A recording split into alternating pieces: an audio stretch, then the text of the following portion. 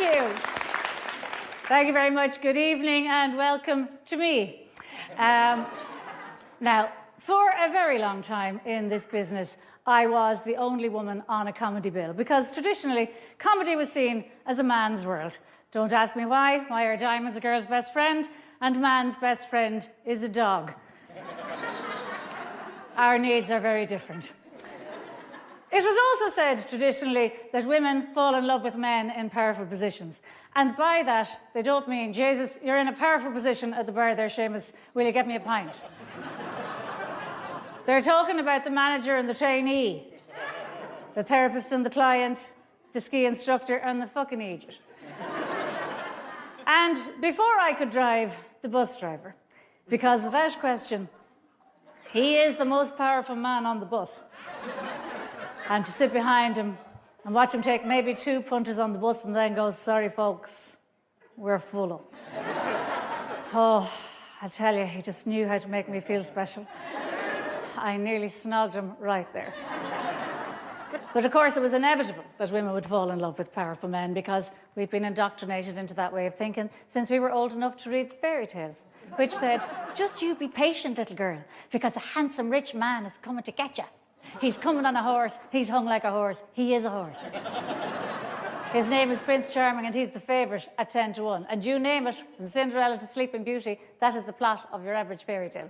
And what does a story like Snow White and the 7 Dwarfs say to a little girl? Hey, if you happen to come across 7 lads in the woods, be sure to stop and clean the house for them. Now, I have often thought if Snow White had met 7 Irish lads in the woods, she'd have a bit of a dilemma on her hands. Because Irish men have never been described as classically good-looking, and that is because they're not. But to be very fair, you're an attractive bunch. You are, in a rough diamond kind of a way. Do you know? You're unkempt, aren't you? You're rugged, like the landscape. You wouldn't know whether to fuck you or frame you. But if you do choose one of them to, marry or maybe settle down with, the challenge then, of course, is to hold on to any excitement at all. Because it's really hard to keep things interesting in a long-term relationship with all of the domestic chores and the kids' issues and the broken sleep, not to mention being locked down together. Very hard to keep your mojo going. You certainly can't rock up in your vest and expect to get jiggy with it. You have got to put some work in. You really have to make an effort.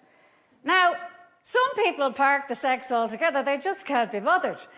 And I get that. I do. I'm just not sure that it's a great idea. You could apply that to every situation in your life. Like when the grass needs to be cut. You just look at each other and you go, oh, fuck it.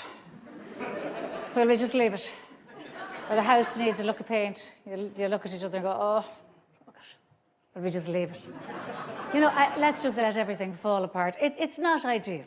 Now, you do have periods of drought in your life. Like after you've had a baby, for example. Who wants to have sex after that? No thanks. Picture yourself at home with a toddler and a baby, okay? Your fella goes out to work. He's probably had a nice shower for himself. Probably put a fresh suit on. He might get a coffee on his way to work and interact with adults. Gets to 11's, has another coffee for himself, more chat with adults.